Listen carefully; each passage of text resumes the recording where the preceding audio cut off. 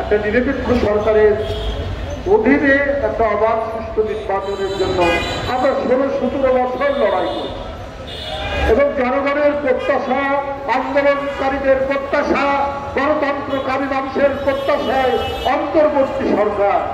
অথচ সেই সরকারের কাছ থেকেও আজকে নিপীড়িত, নির্যাতিত এই শিক্ষিত শিক্ষকরা আজকে অনাহারে, অর্থাহারে ক্লিষ্ট জীবন যাপন করছেন। এই লজ্জা একজন দুইজনের নয়, এই লজ্জা এই জাতির, এই লজ্জা এই সরকারের। শেখ হাসিনা বিদ্যুৎ চুক্তি করেছিলেন ভারতের একটি প্রাইভেট কোম্পানির সাথে।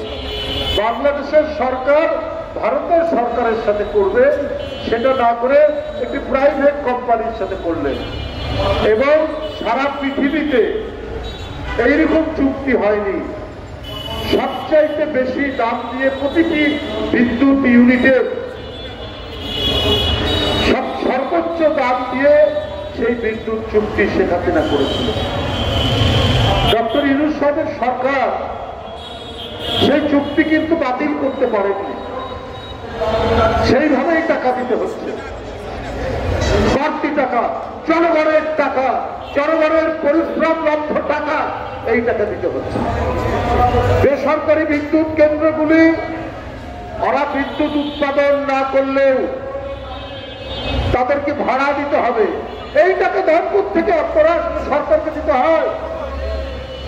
ওরা এত ব্যবসা যে ওরা বিদ্যুৎ উৎপাদন না করলে ওদের ক্যাপাসিটি চার্জ দিতে হয়।